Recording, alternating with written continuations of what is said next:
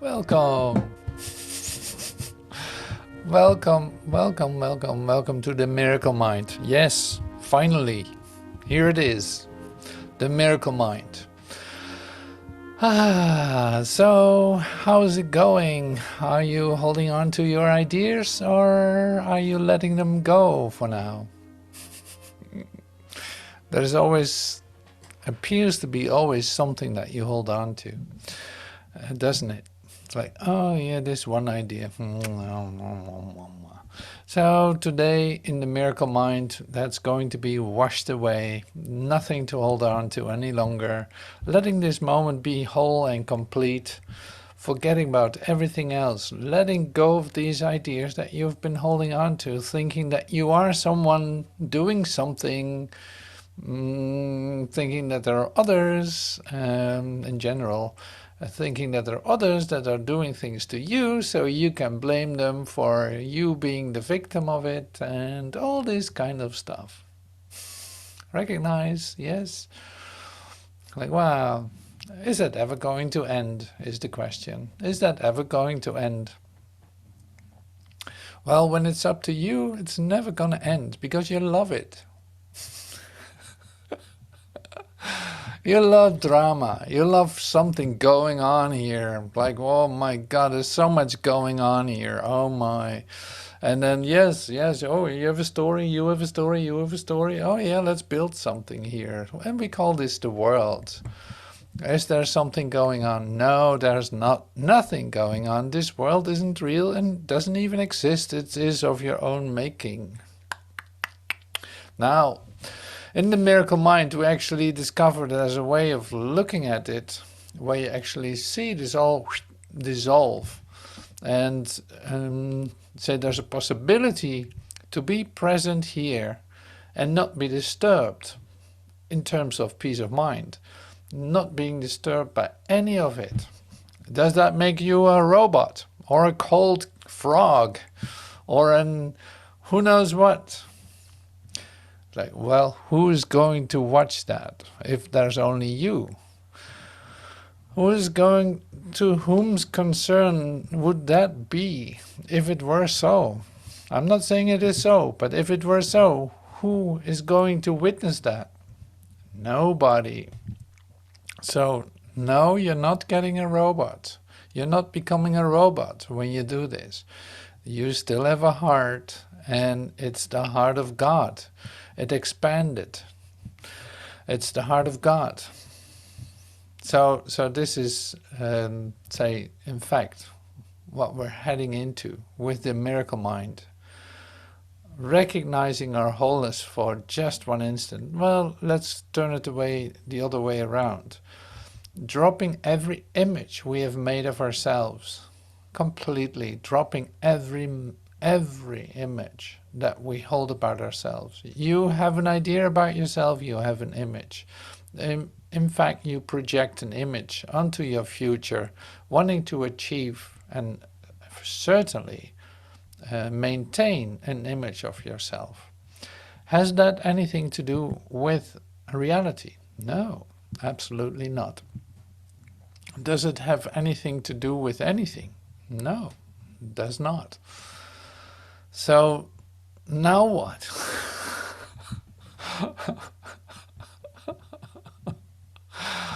Yeah, you're gonna take this seriously. This is about you taking yourself seriously. Your image of yourself. You take your image of yourself seriously. Seriously? It's ridiculous. It's conflicted. It is limited. It is form. It is temporary. It is whatever glorification you can give it, you will give it, but it's nothing. Now what you gonna do?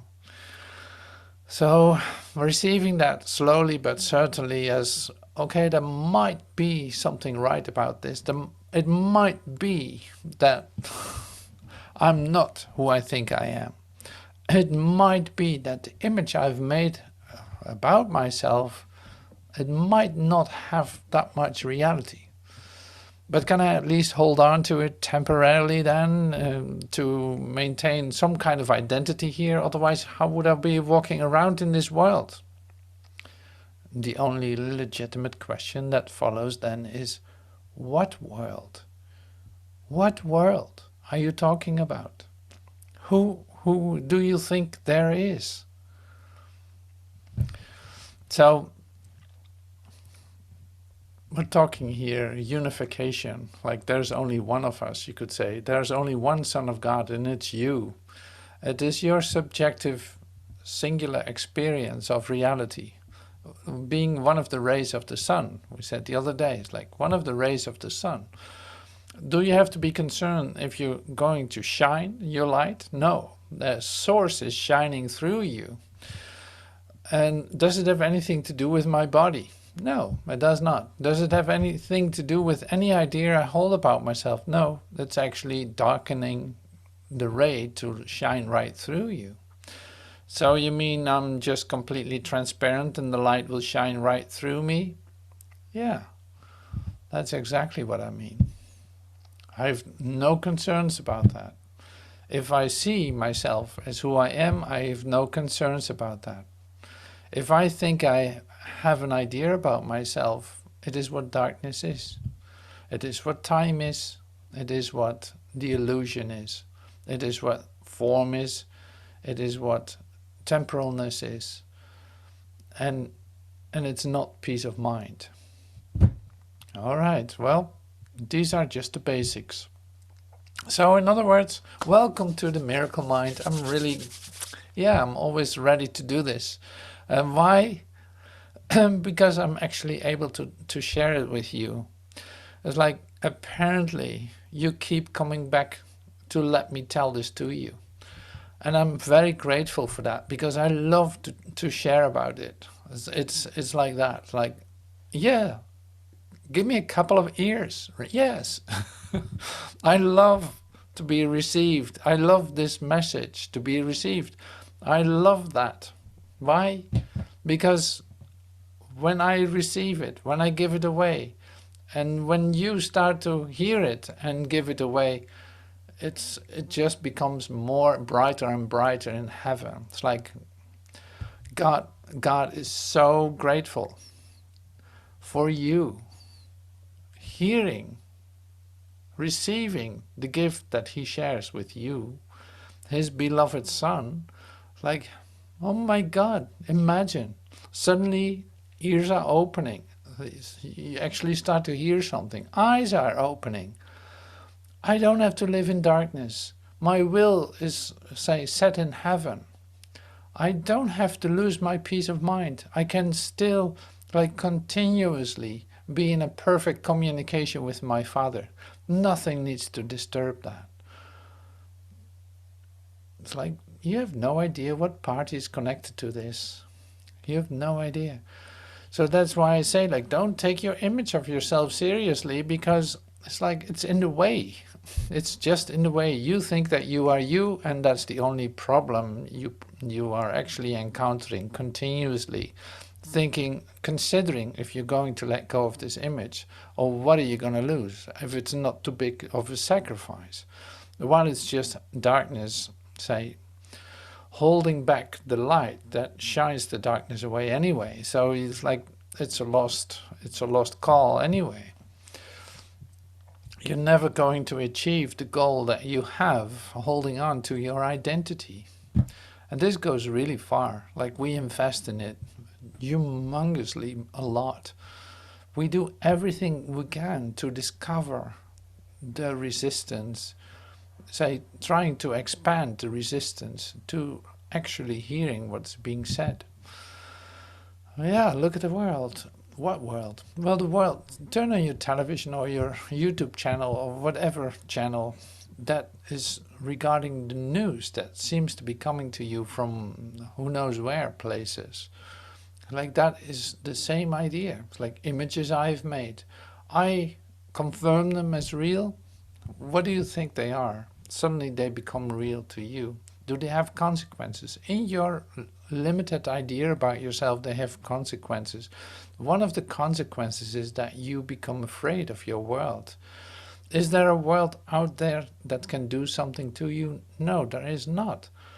Do I make that world real when I turn on the news, you could say? When I turn on the news and actually start to believe what is being shared? Yes, I'm increasing the fear in myself and making this world real. So does that mean that I don't have to watch the news anymore? No, you don't have to watch the news anymore. It's not news anyway. It's say past. But if you want to take a look at the news as an exercise to not engage in it, that's great. Then you can actually laugh about it. It's like, what lies am I trying to sell to myself? What lies am I trying to sell here to myself, so that I'm conflicted more and more and more? Like, do I really need an investment in my conflict? I don't think so. So this is the, say, paradoxical way of approaching this, but it works really well. So you see the insanity of where you got used to, where you felt familiar in, and now you're wondering if it's okay to give it up. Like, yeah, that's perfectly all right. There's no sacrifice asked in this, because you could, in fact, say, running after something that isn't real isn't a good idea in the first place, is it? All right. So that was a bit of the warming up for today. We're going to listen to Master Teacher. We come back for the manual for teachers and see what happens with the idea of generosity, which is an interesting part too. It's like, to whom am I giving anyway, if there's only one of us?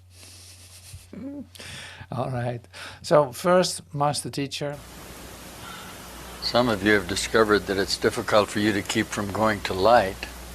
See, for a while you figure out how to get this, and after you get it, you trying to figure out how to stay here.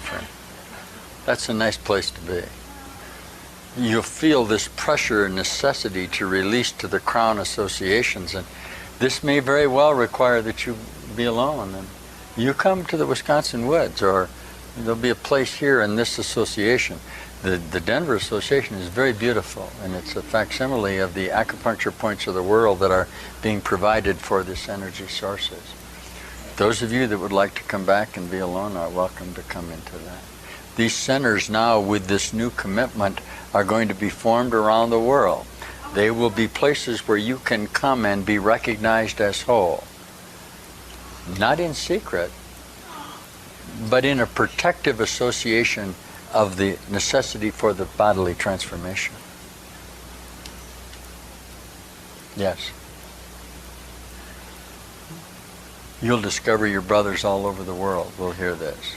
Many of them have never done the Course in Miracles and have never heard of it. Obviously, that's not the requirement. Okay.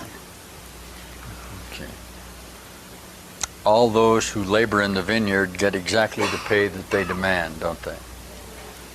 The lovely parable of you making a deal to work in the vineyard, and you've paid your dues over a period of 1,000 years, and suddenly a consciousness comes and works for 2 days, and he gets exactly the same pay you do. And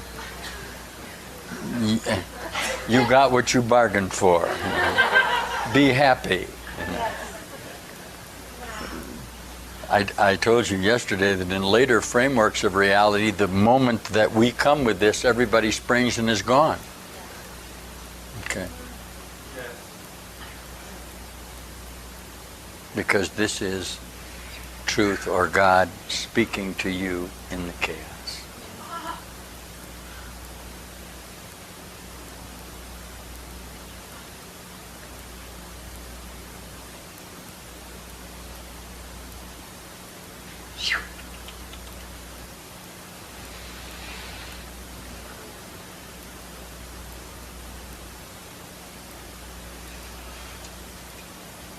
Oh, name is McNamara. I got Irish things in my head. In this new freedom of mind, you'll discover that you associate with all sorts of thought forms around you, and you become very creative in what you do because you have the freedom of expression. That's a nice thing to have happen to you.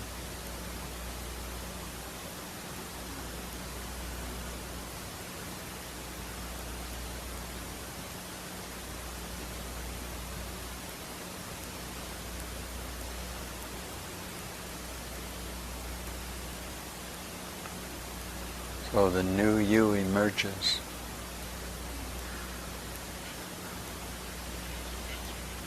It was you that you were looking for all the time. This is a course, and was only a course in knowing yourself. Thanks for coming and saving me. Thank you for coming here now, being the way and the light for me, so that I could come to know this. Through you I am redeemed, in the certainty of our love and what we are, together in the grace of our Father and the truth of us.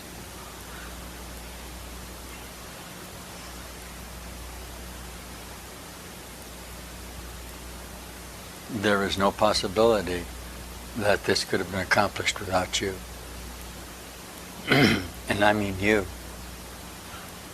I don't mean someone else. I mean you. Because this was accomplished, and you did accomplish it. I would remind you of that now, for you have dismembered it. You have forgotten of it. But you cannot not make it true. You are the Savior. You taught me this. I am reteaching you this. A lot of you guys I know from the Master's Academy, as you know. Some of you taught me. Now I find you in configurations of your limited associations back in time. But we know each other perfectly well. It's my chance to get even with you.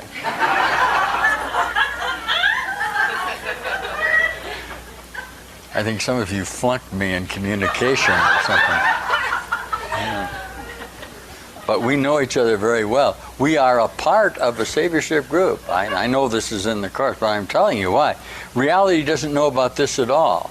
It's only a half kooky mind that would even do this. In the Course, Jesus says there's very few consciousnesses that want to hang around this place.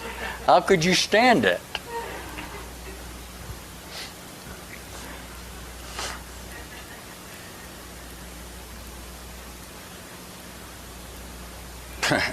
So this is sort of the bottom of the class that gets this assignment. That's okay.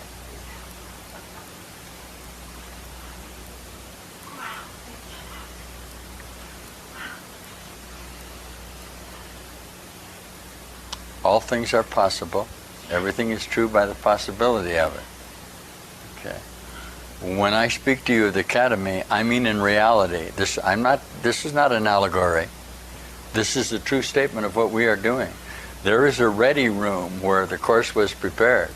There's a big map that shows us the dedication of the mind coming to its truth. It lights up on a board, and we dispatch teams to bring about atonement or enlightenment. And it's not based on obviously on your conceptual associations, but the release of your perceptual associations through your inability to deal with the chaotic. In other words, the harmony begins to occur and you ask for help. You understand that you asked for help here? Okay. Well, we heard you. But it had nothing to do with the problem you had. We already know your problem is total. You needed to know that to ask for help. When you asked for total help, you got it totally. So this is a group of fervent prayers. Somewhere you said, I can't do this anymore. I positively guarantee you that's how we heard you. Not only that, but most of you remember when you asked for it. And you also remember getting some relief at that time. Okay, now you're asking for total relief and you're going to get that. You thought you had it right and you were wrong. Okay? Isn't that funny? It had nothing to do with the problem you were in. Okay? All you really had to do was surrender. That's really what I'm teaching. As we said, what is the communicative device with God? Prayer. What's the only real prayer? Help. What's the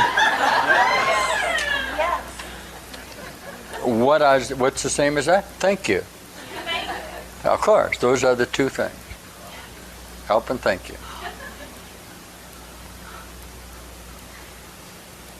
I always end up giving the same talk. I give it over and over and over again. I just keep telling you this is how you got it. We heard you. You called and we heard you.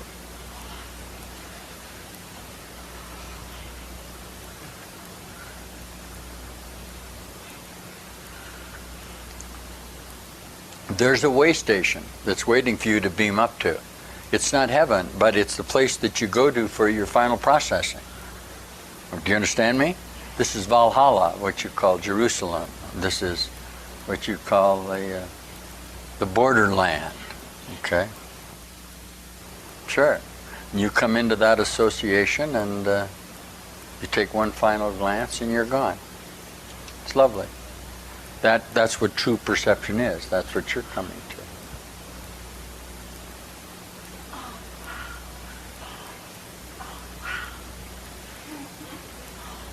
Literally.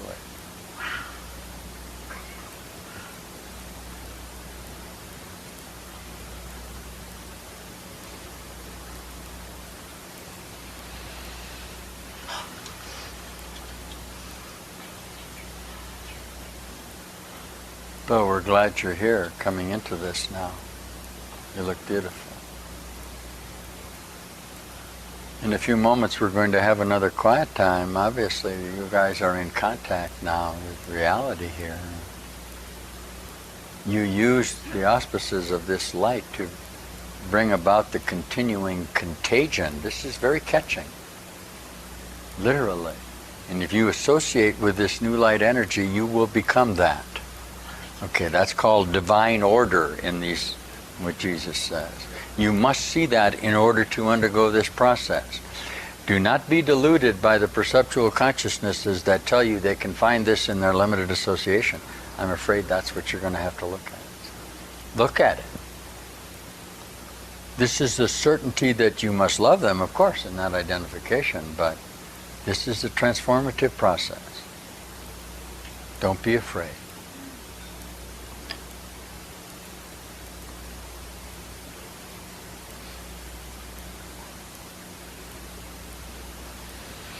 You are the way and the light.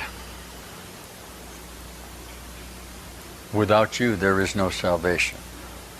Without you, the world is condemned to sickness, pain, and death. Listen to me. Without you, there is no heaven. Without you, there is no God. Listen. We are that consciousness together.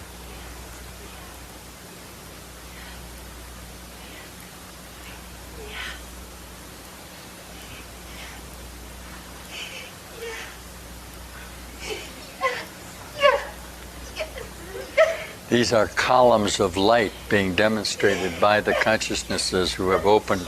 This veil has parted. This is a literal parting. And the experience that you're having is the revealing of what Master Jesus calls the great rays. Since you are nothing but an energy package, a light refraction of consciousness, you're coming into that reassociation. That's the occurrence of it. You're losing your perceptual association. That's very nice to see that happen. This is very deep for you to do that. You appear on the map of consciousness as a bright light that flashes. Okay? And then we watch that spread, and all assistance that there is comes in to give you the direction of that.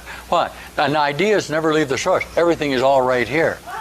It's just like you're popping out of it, aren't you? Much as when you came out of the womb, when you were born into this. Very much the same.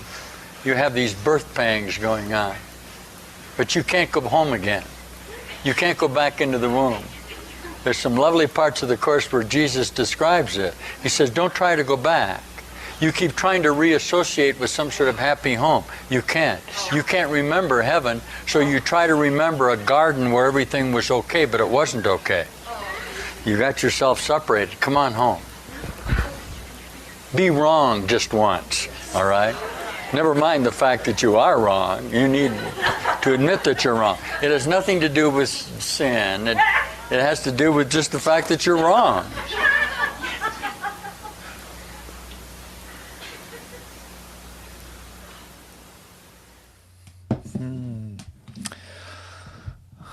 Great.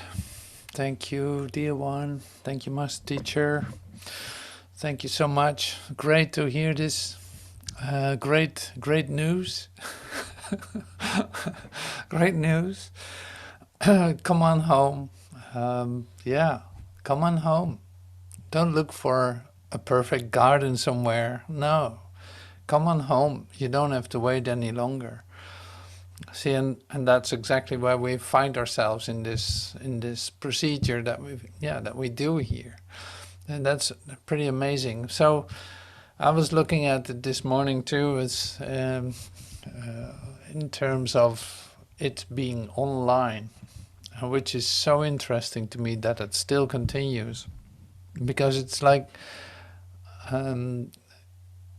the safety that you might need to literally pop open might not be in an online class, but it might also be in an online class. Like, why would I define how this can take place? So Dion here in the talk refers to a couple of places, like in Wisconsin, where there was the academy, where in Denver, where there was in a place where people would come to undergo a transformational process in the safety of the company of one another, to be there, to just let that happen. And see, that was at that time, that was the way that it happened. And now things, it's like even the transformational process is in transformation, you could say. Like everything changes continuously. So there are certain ways are being used up in the process of the change. So this is certainly one of them, and that there is such thing as an online moment together. In the safety of this meeting, say one-on-one with you, or in some kind of online group where we actually meet in, and there is a safety that we feel and that we recognize, in which something can occur. I see it happen. It's like we are allowing changes, and that is really beautiful. And apparently this was the formula for you to let this occur. See, who am I to judge that? Like, I can only be wrong about this in that sense. Like, what do my ideas about it mean? Nothing. It doesn't take away any kind of possibility to meet each other in person. But on the other hand, it is like, this is the way it's given now. Well, completely embrace it and use it. Don't use it as a delay. It's like, well, that's not for me. I'm waiting.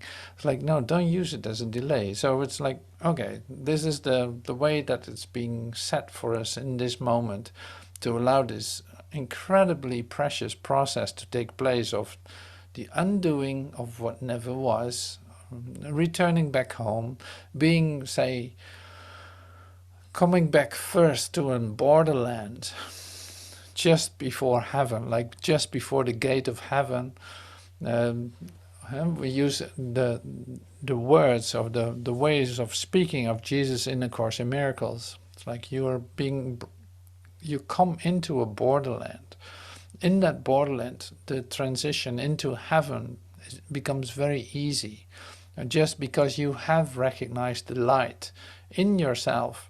And you start to receive that more and more. It's like even your crown chakra might open, and you are experiencing light.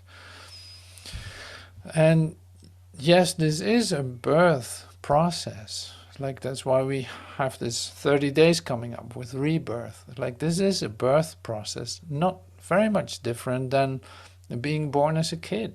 It's really very comparable.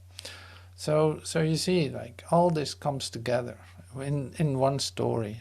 The story that you, say, asked me to tell you, because this is how you remember that you got home.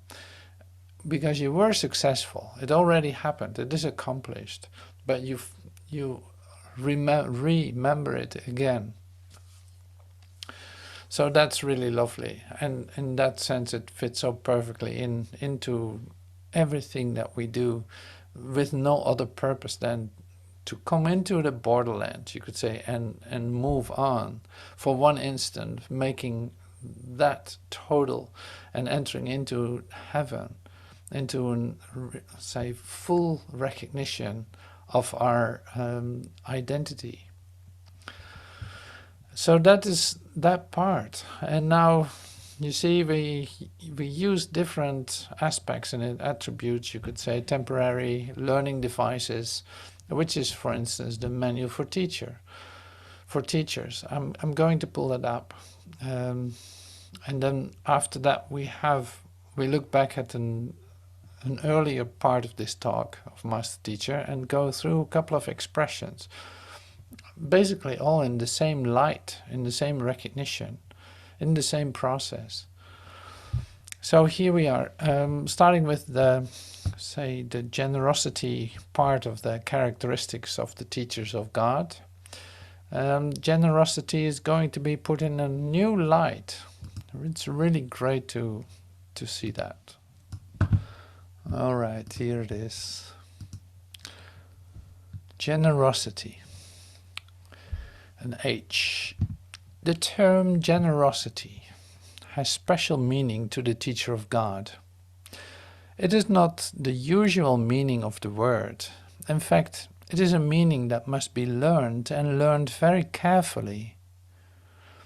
Like all the other attributes of God's teachers, this one rests ultimately on trust, for without trust no one can be generous in the true sense. So, in other words, we're going to listen to this very carefully in order to get what is being shared here, because it's different than what you think generosity is. So where does that have to do with? To the world, generosity means giving away in the sense of giving up. To the teacher of God, it means giving away in order to keep. This has been emphasized throughout the text and the workbook, but it is perhaps more alien to the thinking of the world than many other ideas in our curriculum. Its greatest strangeness lies merely in the obviousness of its reversal of the world's thinking, in the clearest way possible and at the simplest levels. The word means the exact opposite to the teachers of God and to the world. What do you mean? The teacher of God is generous out of self-interest. Self with a capital S. The teacher of God is generous out of self-interest. This does not refer, however, to the self the world speaks of. The teacher of God does not want anything he cannot give away, because he realizes it would be valueless to him by definition. What would he want it for? He could only lose because of it. He could not gain. Therefore he does not seek what only he could keep, because that's a guarantee of loss. He does not want to suffer. Why should he ensure himself pain? But he does want to keep for himself all things that are of God, and therefore for his Son. These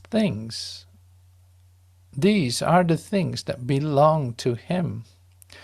These he can give away in true generosity, protecting them forever for himself. Yeah, okay, so this is the way that's being shared here. So generosity. So I'm getting out of this. So the generosity part. So the easiest way to understand it is this, in fact, is in the three-dimensional world, if you would give something away, you would lose it. It would be gone because you don't have it any longer. So, but we're actually talking about ideas, about thought, about say, gifts that you have received, but you cannot lose because they're not three-dimensional, you could say. No, they have to do with the truth of you. That's why it's like, if I give it away, I keep it. If I give it away, it actually becomes stronger in me. I teach A Course in Miracles. I teach light and love. I teach recognition of oneness. These are the things that I share generously because I want them to be strong in me too. It's purely self-interest, not seeing it that you are separate from me, but at the same time, giving ideas away makes them stronger. I'm actually hearing what it says. I'm actually feeling what it is all about. And that's why this is happening. So that's why I love to teach this. Like, I love to give this away. Every beautiful experience I have, everything that came to me or is coming to me, like in the talks of Master Teacher, how much benefit I get from listening to that. Through the years, you could say, if you want to make an historic event of it, through the years, all that is given to me, I love to give that away. To you, of course. So it will be stronger in me and in you. It's like there's a self-interest connected to it. I'm not losing anything by sharing that with you. But if you hear it and start to give it away, that's going to be a beautiful light network, you could say. That's a beautiful idea. Like the lights brighten up in heaven. There's like literally like it starts to come alive. There's a vortex, there's an energy coming up, and it's taking us all, lifting us up. It's taking us out of our construct. And you recognize that when you say, come in to the sphere where we meet, into this, well, it's online, okay, whatever you think it is. Now in this, you recognize this light. Now you can give that light away because you cannot lose it. By you giving it away, it becomes stronger in you.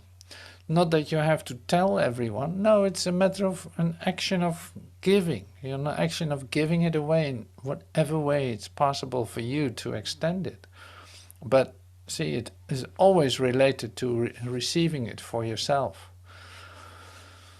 In your action of giving, you're actually receiving it at the same time, because cause and effect are never apart. Only in the world of duality it is apart, but not in truth. So whenever you give this away, you immediately receive it. And that becomes in itself the fire within, you could say. And will burn away every other idea you can possibly have about yourself, which we can call the undoing. It's like that takes place as you allow the light to come in. You say, stir up a fire within you that's going to burn old ideas that no longer serve your peace of mind. So that is what that said.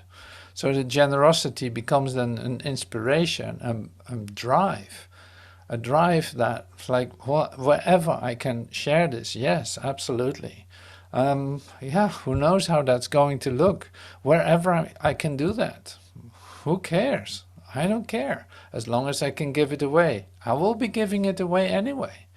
I will give it away in order to receive it. I cannot lose it, so I give it away generously. I'm only giving to myself, so it's self-interest with a capital S. All right, so that's that part, a beautiful characteristic. What's it going to be today? In spirit communication. Yes, in spirit communication. That's what's occurring, right? So that's, in that sense, always new. In spirit communication. Do you think... Oh, here we step into an idea that Master Teacher shares. It's like, do you think there's an earth when I leave here? Do you think there's an earth when I leave here? Well, you can turn it around too. Do you think there was an earth before you came here? No, there wasn't. But do you think there's an earth here when I leave here? No, that's nonsense. There's no possibility that this will be here when I'm gone. I know that somehow you think a dead I know that somehow you like a dead savior. The stuff that I just read, which is really nice. Some of you can hardly wait until I die, so you can say, wow, that was ever good. Too bad he's not here anymore. We had a lot to learn from him. All you are doing is associating life with death, and that doesn't make any sense. It's like there's no earth when you leave here. There is no earth before you came here. This is not a place. That's not a place where you are. So when you don't have any ideas about this, will it still be there? No, of course not. That's impossible. Now the idea of a dead savior comes in. Somehow you like to get rid of your savior. I've seen this many times too. It's like starting to attack you or whatever. It's like, no, you love to say this because you love to base your life on death. So it's like, yes, I was with him. I could have learned so much of him, but he's gone. And I can be a victim now because he's gone. And all my hope was to him or something like this. Like you love that kind of drama, while it has nothing to do with anything except associating life with death. And your life, you see your life as a place where you're not dead yet. So in fact, you are already dead. So we saw this before.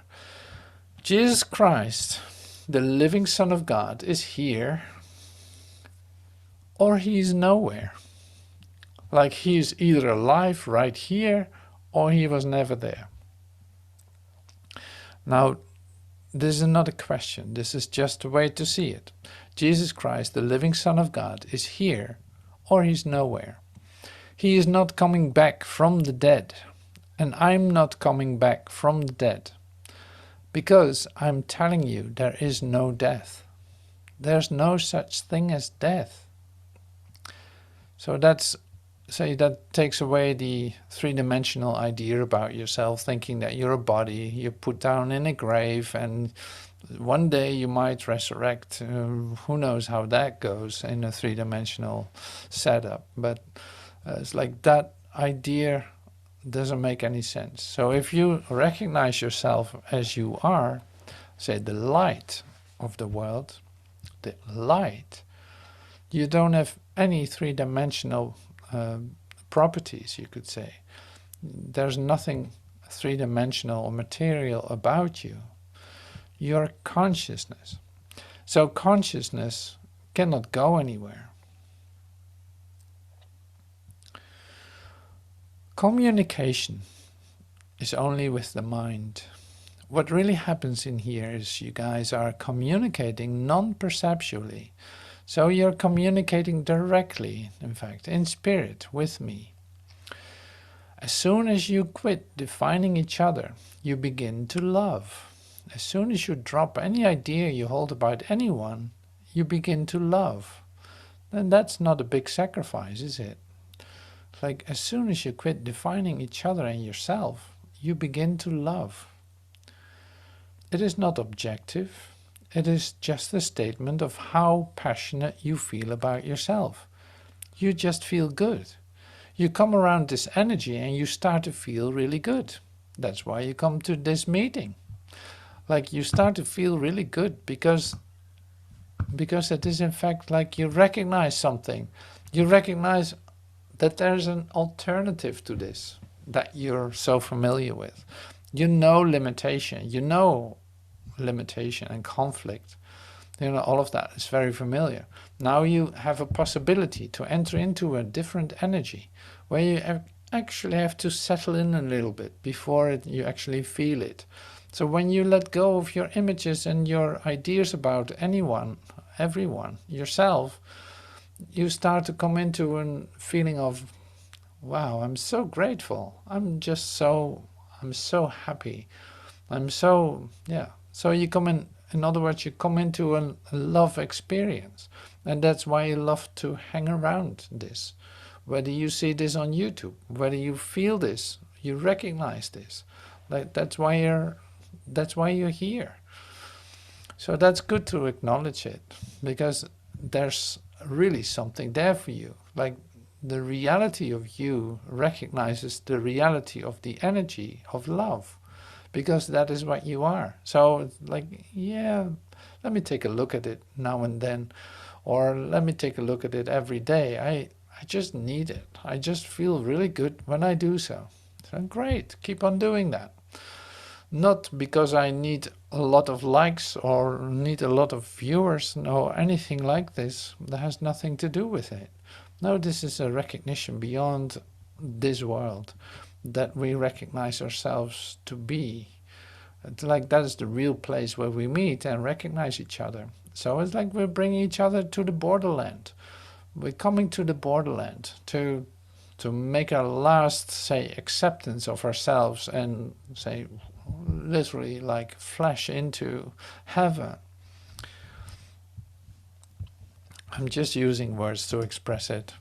So I know that this communicates beyond that for sure too, which is so much quicker. Okay, so you just feel good. You come around this energy and you start to feel real good. I want to encourage you that it is okay to feel real good.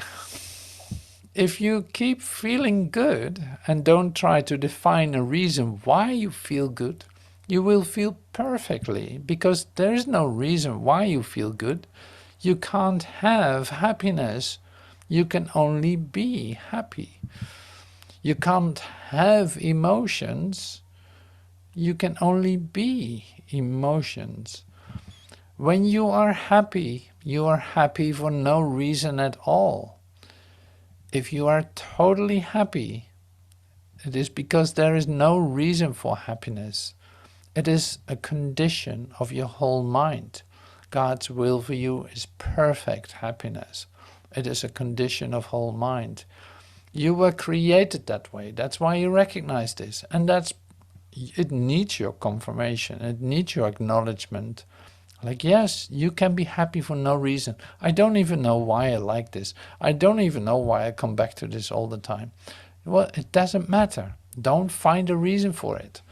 It has no reason except your recognition of your, say, whole mind, where this is a natural condition. Something that you are, you won't question. This is your resurrection. The associations of A Course in Miracles extended realities are thrilled at the idea that the Course is going to be taught. You have an idea that you're already in heaven. You can feel it if you would like it. This is the whole Christ principle of 2,000 years. This is the Easter. This is your resurrection. The associations of A Course in Miracles, extended realities, are thrilled at the idea that the Course is going to be taught. You have an idea that you're already in heaven. That's how good it feels when you feel the release of your limited self-identity and experience something else, a happiness for no reason. This is the whole Christ principle of 2,000 years. This is all of the persecutions, the Spanish Inquisitions, and all of the other things that you have done with your attack. Done with your attack being asserted by Master Jesus here in this gathering. The heretic return home. His determination to seek through his own transformation the reality. The Christian, we call him the Christian, born again. The tomb is empty. Welcome home. The miracle is happening to you.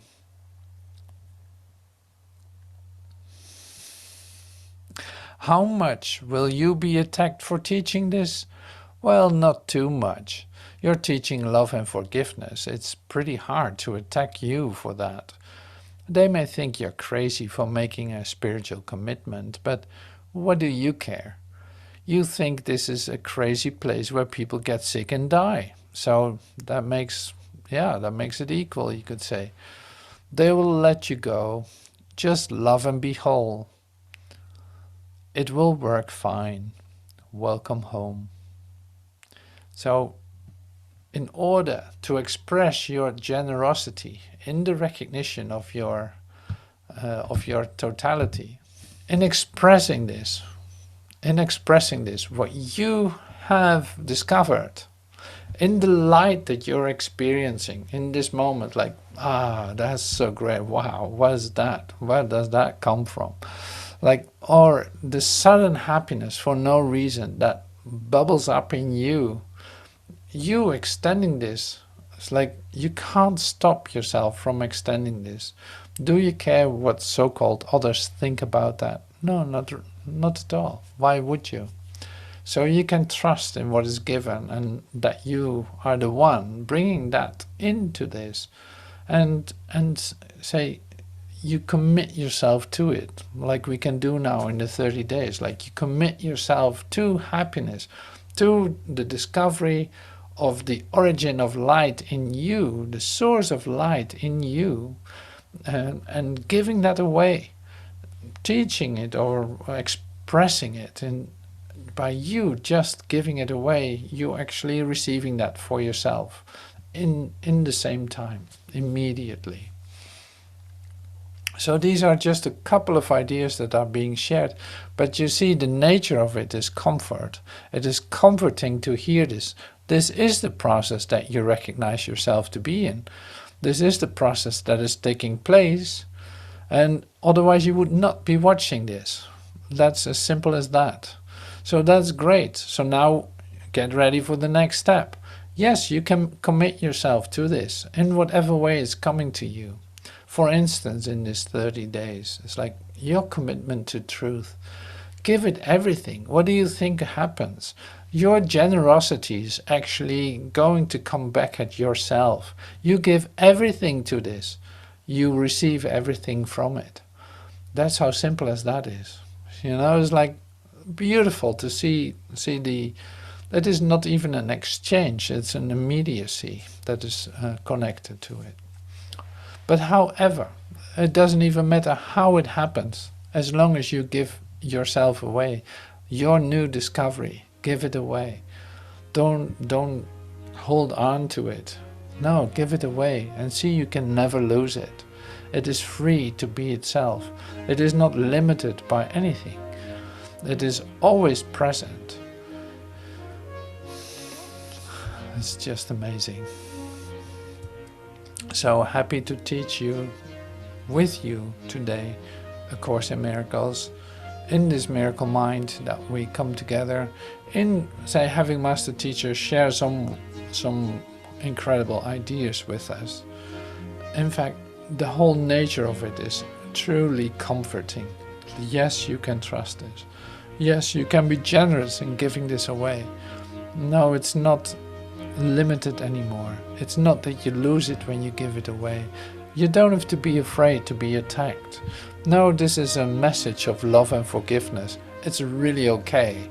Like, people might think you're crazy to commit yourself to this path, but that's alright. You know, it's like, they won't hurt you. They're not going to be too difficult to you. So that's the so-called the message of today, and I'm really happy that you were able to let me share this and say this, and be a total part in sharing this with you. So thank you for that, and see you soon. Thank you so much.